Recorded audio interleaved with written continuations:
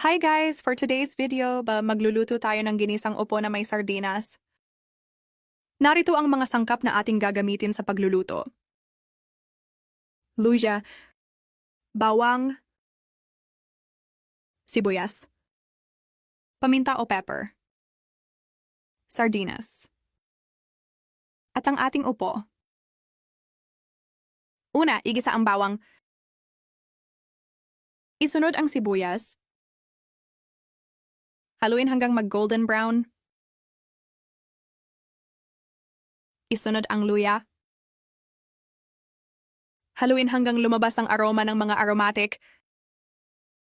At kapag ganito na ang itsura, ilagay na ang sardinas. Haluin para magisa ng maayos ang sardinas at mawala ang lansa. Then, lagyan ng paminta.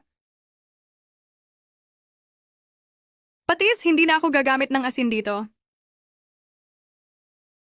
Konting pampalasa. Haluin para magbalanse ang lasa ng mga sangkap. Makalipas ang ilang sandali, ilagay na natin ang ating upo. Atin itong haluin para kumapit sa gulay ang lasa ng ating mga sangkap.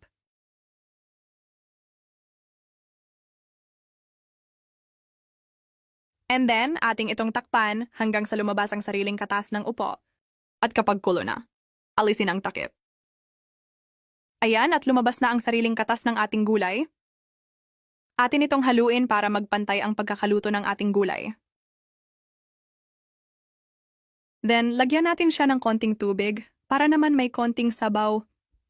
Dito ako naglagay ng tubig sa mangkok na nilagyan ko ng sardinas kanina kaya ganyan ang kulay. And then muli natin itong haluin para masigurong hindi masunog ang ilalim ng gulay.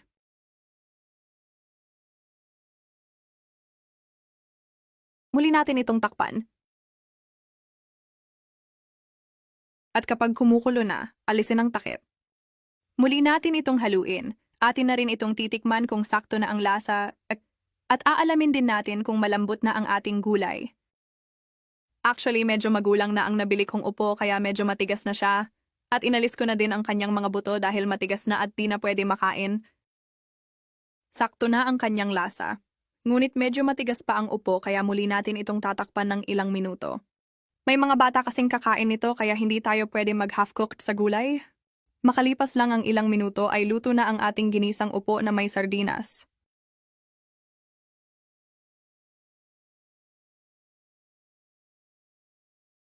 Thank you for watching.